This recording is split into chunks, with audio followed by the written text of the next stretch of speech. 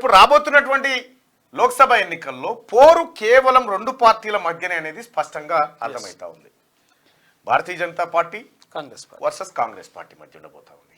అయితే ఇక్కడ భారతీయ జనతా పార్టీ కూడా బీసీ అభ్యర్థులకు ప్రాధాన్యతనిస్తూ ఉంది. ప్రకటించినటువంటి 9 మందిలో 2 రెడ్డి, 1 ఎస్సీ, మిగతా వాళ్ళంతా బీసీ సామాజిక వర్గం లెక్క తెలుస్తూ ఉంది.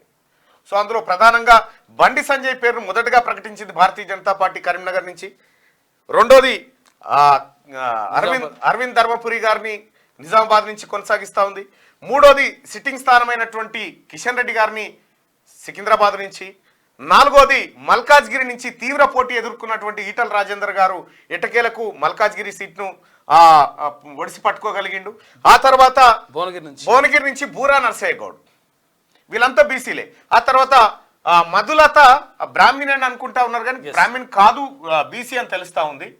అందులో మరి చూడాలి, బీసీ అని తెలుస్తా ఉంది. ఒక చర్చ సాగుతా ఉంది, మరి అది ఎంతవరకు నాకు క్లారిటీ. 5 పైన అయితే క్లారిటీ ఉంది, ఫుల్ 5 పైన క్లారిటీ. బీబీ పాటిల్ బీసీ, బుర్ర Narsaiah Goud BC, Bandi Sanjay BC, Arvind BC, Etela BC.